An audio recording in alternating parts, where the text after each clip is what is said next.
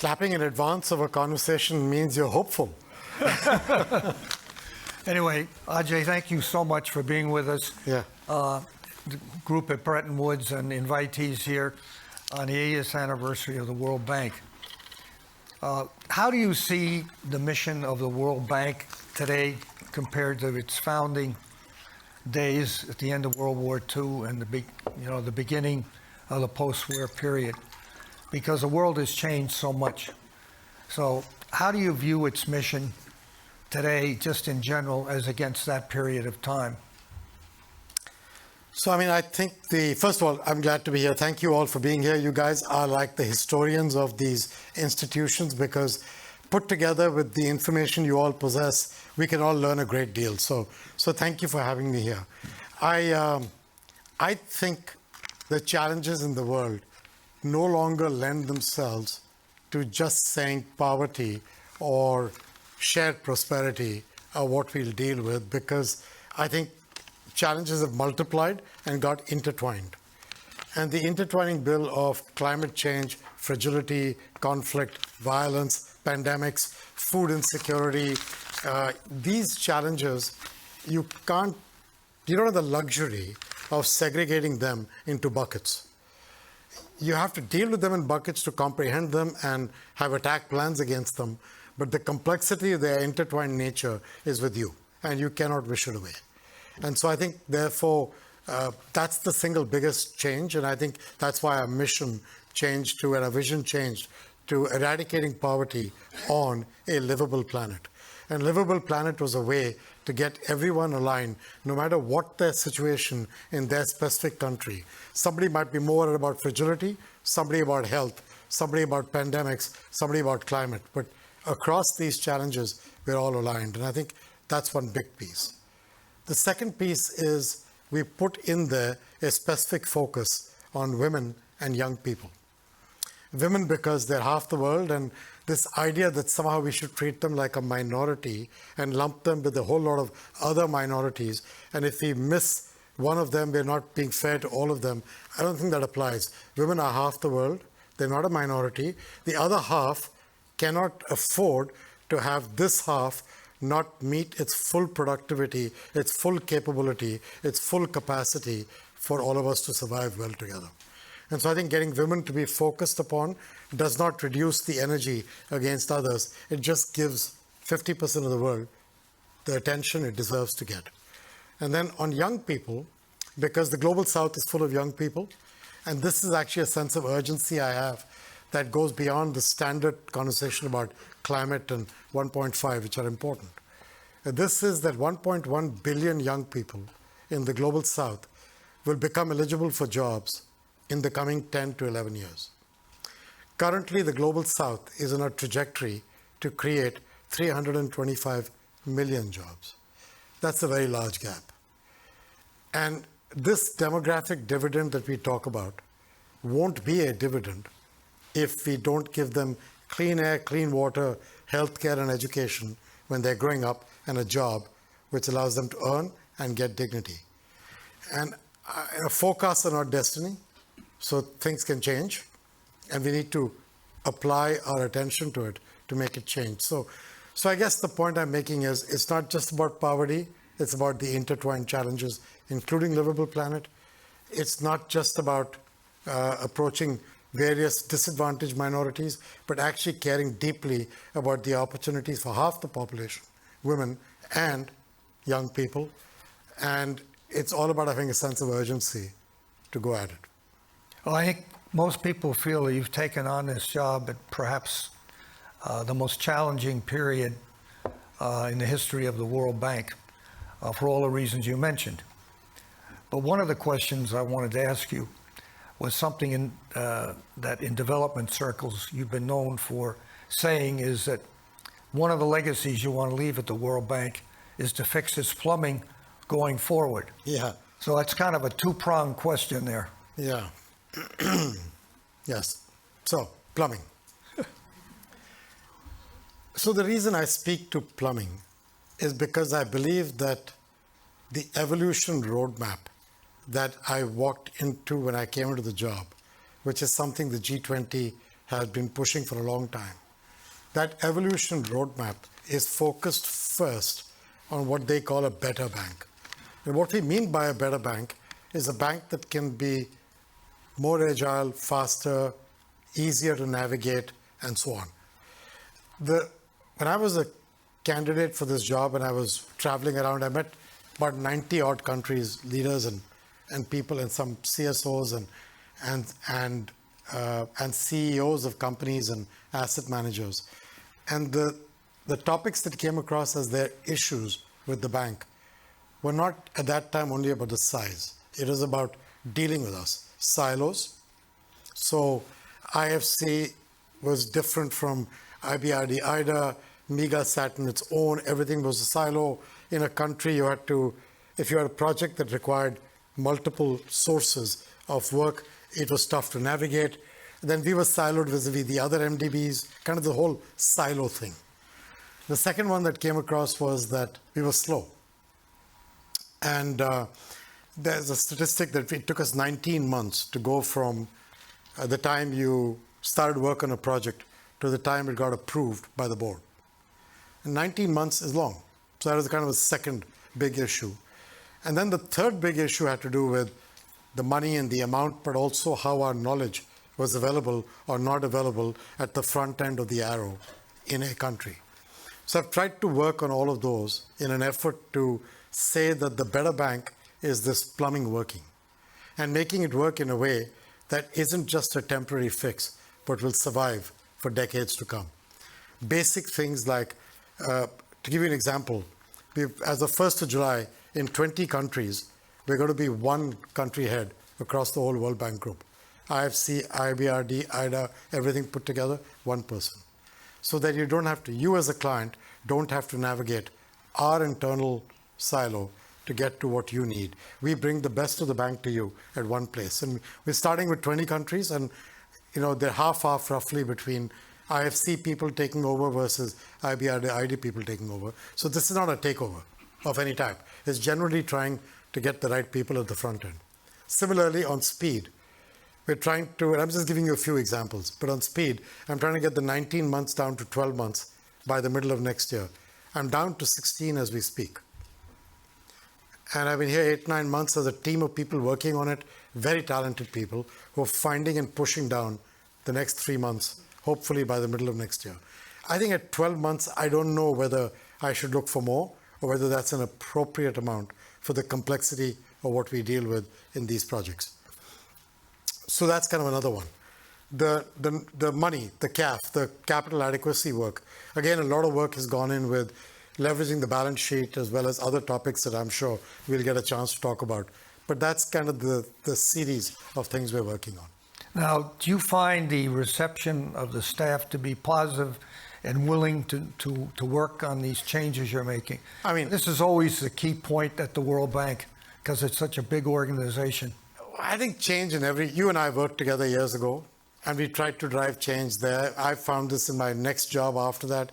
Change is hard, no matter whether you're in the private sector or the public sector or multilateral banks. And I have a funny way of describing it, and please don't take it literally, but when you come in and drive change, 1/3 of the people are delighted to see you and couldn't agree with you more. 1/3 of the people wish you would die just now and go away. And 1/3 of the people are sitting on the fence to see what happens to you. And your job is to get the 1/3 on the fence on your side, because then you'll win, because you'll have 2/3 of the people with you. You're never going to get everybody to agree with you, first of all, because you're not right all the time. And you should actually want people to disagree with you. And secondly, you're never going to get people to agree that everything they did in the past was inappropriate. Why would you want to do that? You don't want to destroy their sense of pride in what they've achieved. You want to point them to a new challenge and a new direction in the future. So I'm kind of respectful of those different points of view. I don't mean the 1/3, 1/3, 1/3 is just a way to get people to engage with the idea. But I will tell you that as the months have gone by, I see the change. Now I want others outside the bank, starting with my clients, the governments in countries, and some of the private sector folks, to begin to feel the change the way I see it before I believe that it's actually happening. But we're getting there. One of the things that you mentioned when you entered was you wanted to see more activity working with the private sector in general to leverage up on your own capital and ability to lend. How is that working out? So, Bill, at the end of the day, the World Bank last year did $120 billion of lending. And if you go back to pre-COVID, that's already 40-50% higher than the pre-COVID days. So I think there's not enough attention paid to that growth. We're doing 40 to 50% more than we were doing pre-COVID. But it's 120. Estimates for just the renewable energy transition in the developing world is $1 trillion a year. You don't have to believe the estimate, but it's got a darn more zeros than 120 billion. And then when you start thinking about multiple years, and then you add inequality and fragility and pandemics and all that stuff, we are talking a very large number. And my point is that all the MDBs, all the capital adequacy, all the balance sheet optimization, all the financial engineering, all the MDBs put together, government money put together, most governments in the developed world have fiscal challenges right now. The developing world, we already know, I'm sure Kristalina spoke to it while she was here, but the developing world is stressed, in not uniformly, but the countries that are worse off are actually stressed even more than they were pre-COVID. And so this is not an environment where government money or MDB money will solve for trillions. That's why the private sector, the only final sustainable, regenerable source of capital. But they will go. I met with the insurance gang. They're all, where's Mika? He's there. Michelle is there. I met with him and a bunch of folks from the insurance industry today. And we had our private sector lab meeting earlier today, and Shriti, our co-chair, is sitting here. I don't know if Mark Carney is here, but we were all there in the meeting. And it's clear to me that we need them to bring their money to the table. But why will they bring the money to the table on renewable energy? We know that solar and wind per unit is now cheaper than fossil fuel. We know that it may have higher capital requirements at the beginning. It may have a longer gestation period, but we know that the spreadsheets now make sense to a private investor. Why don't they invest? Why aren't they beating the doors down in the middle income countries to change this? It's because of things they don't understand about working there. One of which is they need clarity on regulatory policy. And that's got nothing to do with money. It has to do with policy on the ground. We can help because we deal with finance ministers and leaders in these countries every day. We can help if we understand what it is that needs to be done. It's not a silver bullet. None of this will get done in a day. Changing policy in a country is not a one-week job. But if you need policy clarity, if you need clarity on tariffs, if governments need to make utilities capable of lifting what is generated, then they have to be willing to have tariff policy that makes sense, but not with those who are the poorest in society. You need to protect them with social safety nets while ensuring that others pay their fair share for the tariff. There are simple things, hard to do, but simple to understand in regulatory policy. The second big one is political risk insurance.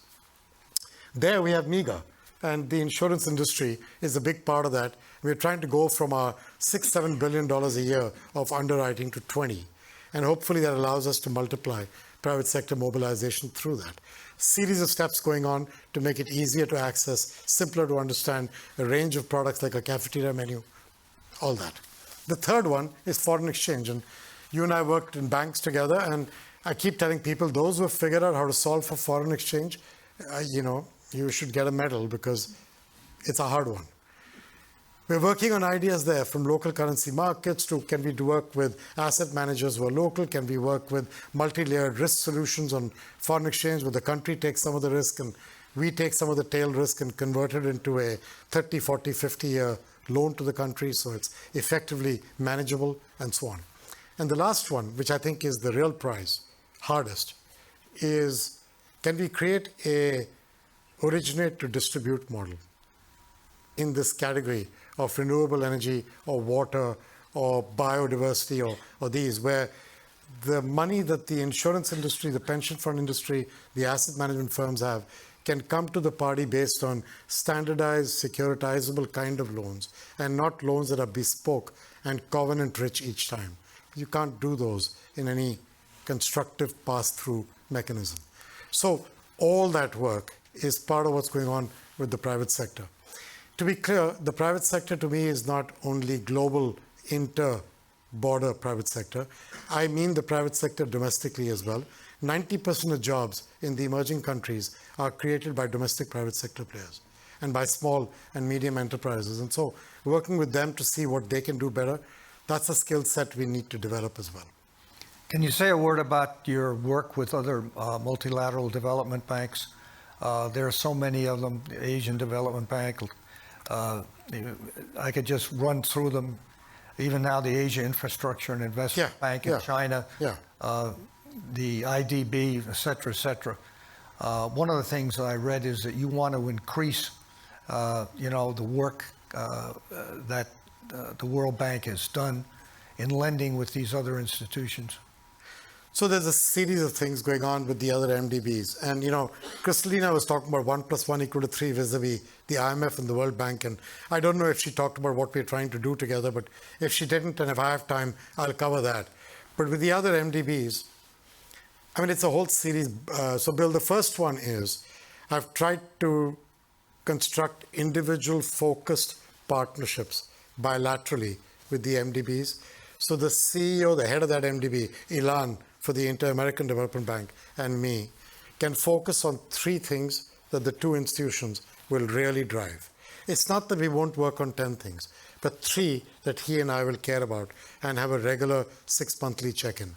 In the case of IDB, for example, it is financing for the Amazon, it is Caribbean climate challenges, and it is digitization of education for girls impacted during COVID with learning loss. I did the same thing with the Islamic Development Bank. Those 2 are done. This week, we are signing up with the African Development Bank on electricity and a few other topics in Africa. We're signing up with AIIB, with Jin. Right. We're going to do work with the EBRD. And so I'm trying to create bilateral focus points. Then at the MDB as a system level, we just published the data in GEMS, finally, right? It's been some time coming. But the World Bank has, in addition to that, published more data, which includes private sector recoveries, which includes sovereign default and recovery data going back to 1985, which we laboriously reassembled from every payment chit in the bank. And so the idea of doing that is to create transparency for private sector investors to have a better pool of information to work with. But we started that work with the other MDBs in GEMS. We're launching a co-financing platform this week, technology enabled. So if I find a project I can work on, but I know I need co-financiers with the other MDBs, instead of me going one by one to each of them, put the whole thing into one platform and everybody can bid together, makes the client's life much easier and creates transparency between the MDBs. We're working together on standardization of procurement. So the EBRD and us have come to ways to procure through similar ways in Ukraine, for example. And then once I do it there, I can extend it to others. My ambition is to go all the way where we can start sharing each other's due diligence and underwriting. That's going to be hard because our boards and our shareholders are not identical. So I don't know we'll ever get to that point. But between where we were and that point is a lot of space that we're trying to occupy. We're doing things together. Another example, callable capital. Callable capital, if we can get clarity to the credit rating agencies, even on how that capital would, in the unlikely event of it being needed to be accessed, how would the process work to access it? Even that would make our friends in the credit rating agencies begin to ascribe greater value to callable capital, thereby allowing me to leverage my balance sheet further. So I'm working with the other MDBs. I don't think one MDB should go alone to S&P and Fitch and Moody's, but together there's value. So it's just a series of these blocking and tackling things that allow us to work as a system rather than siloed. I think that would be a great achievement if you could make progress in that area. This is happening as we speak. We have the rating agencies in the room here. That one. That's the hardest one. Anyway, we all know that you're in an IDA replenishment, so maybe you want to talk a little bit about that, what your goals are there and how it's coming and how it compares with, some of the optimism people are expressing about what can happen with the IDA replenishment. So every dollar we get into IDA from the donor countries, from their generosity, their taxpayers, we leverage 3.5 to 4 times in IDA. In IBRD, we leverage 8 to 10 times. Why is it lower in IDA? Because IDA, by the nature of IDA, has a great deal of grant giving in it. And every dollar you give away as a grant leaves you less dollars to allow leverage on your balance sheet. Math. So the leverage is part of it. The repayments are part of it. There's a whole series of things that go into the 1:3.5 to 4 kind of leverage that we can do in IDA. The reality is that ODA money across the Western world has been constrained over the last few years. And it isn't getting that much better today. Raising money into IDA is kind of critical because of all the things we talked about. 36 countries have graduated from IDA over the years. South Korea, China, Right. I mean, Turkey. These are not economies that we've kind of forgotten right now what South Korea was going through 25, 30 years ago and how much of a transformation there has been in that country. And if you went to the Koreans, they will tell you IDA was mission critical to where they are today. But there are 75 countries in IDA today, and they constitute a quarter of the world's population, very small percentage of the global output. This is very challenging, and it's going to need effort and work. Over the last 2 IDAs, because of the way in which one IDA was truncated and the other one was started, if you actually averaged out the contributions that have come in, the richer countries have gone up somewhat over the course of these 2 IDAs. But if you didn't do that, you just did the math without the years being truncated, you would get a flatlining of about $24 billion per IDA, and then multiplied by 3.5, 4, gets you to 90 odd billion. But if you actually took into account the fact that the IDA was truncated and so the denominator should not be the same, actually the last IDA was closer to 28 billion. If we can get that 28, $30 billion going again, we get to more than 100 billion in IDA, which I think would be very helpful. If you think of the 4 countries that have been through the G20 Common Framework on Debt as we speak, and they're going through it, Zambia, Chad, Ethiopia, and Ghana, ever since they entered the framework, the only institution that is giving them money is the World Bank. We have given them $16 billion, of which 9 is net positive. And by the way, of the 16, 8 is grants, and the other 8 is deeply concessional. This is the only way that institutions like ours can help countries at that stage, just as debt, as an example. So, I mean, the plea I have on IDA is very simple. We are an instrument of the ambition of our donors. I can't fabricate money out of thin air. I can do things with balance sheet optimization. I can try and do it even better. You hear me talk about callable capital for IBRD. I can do things, but there's only so much. So the ambition of the developed world is what's going to make a difference to where we're going. And I think that's the single most important thing about IDA. And Mark, I don't know where Mark, he was here. Mark Malek Brown, sitting over there, did a panel with me, the opening panel when we were in Tanzania on IDA's replenishment round. And this is what he and I talked about. So I think this is really important. It's mission critical to the bank. I think IDA is why Africa and a number of developing countries, we are their lifeline. And we need to work at it really hard. One more piece on IDA. Take Africa. You're going to see in the spring meetings fairly big announcements. One particular thing in Africa, which is to reach, I mean, I shouldn't be preempting it, but see, Trevor's telling me, don't give the number out. Okay, fine. We're going to get to a large enough number. There's 600 million people in Africa without access to electricity. We're trying to make a dent in that, a real dent, with a pickaxe, and along with the African Development Bank. Similarly, we're trying to make a real dent in universal or primary health care. Universal is not a fair description because we're not solving for everything, but primary health care, not just for mother and child, but going across to adolescence and stages of life, including, the illnesses that are really challenging, blood pressure, diabetes, and, that kind of issue. Why am I doing these? A lot of these will burn IDA money But this is what is required in these countries. If we have to create jobs in these countries, back to where we started our discussion on jobs, you cannot create jobs without electricity. Electricity is a human right. 600 million people in one continent out of 1 billion plus without any access to electricity. I think in 2023, that's shameful. It needs to change. Similarly, you cannot create jobs without healthcare. You cannot, in fact, healthcare will create jobs. Investing in energy will create jobs. And so I'm trying to focus on that. And specifically in Africa, I believe, which is where a large part of these 75 countries are, I believe that there are 5 things that will help to create jobs. They're all connected to what we're talking about. The first is energy, its production, its transmission, its management. Second is infrastructure, housing, bridges, roads, ports, its construction, but what it enables when it's constructed.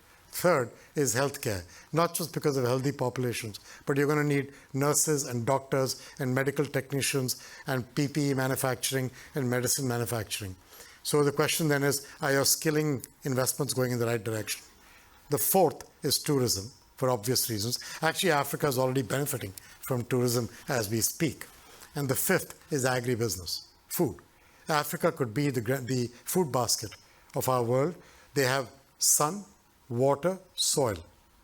But they don't have everything they need. In fact, Brazil is championing a big cause on hunger in the G20. You will hear the World Bank speak very strongly in favor of their efforts, because I believe that food security and food abundance are kind of important to what we're doing. I think all of these will create jobs, and IDA is critical to all of these.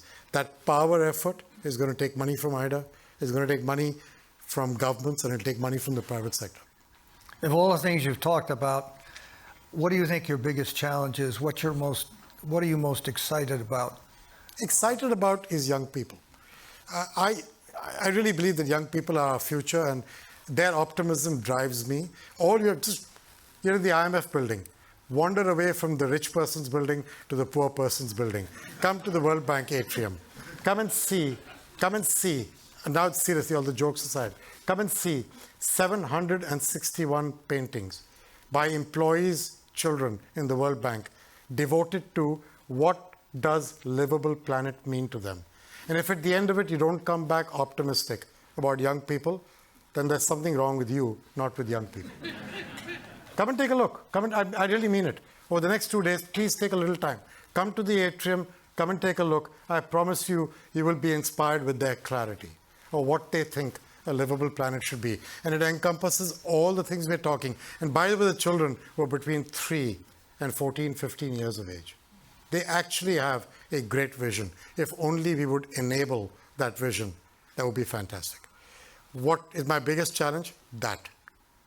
Enabling that vision without allowing adults to screw it up. And I think that is going to be our biggest challenge. How do we get these kids to have the future that our grandchildren deserve, Bill?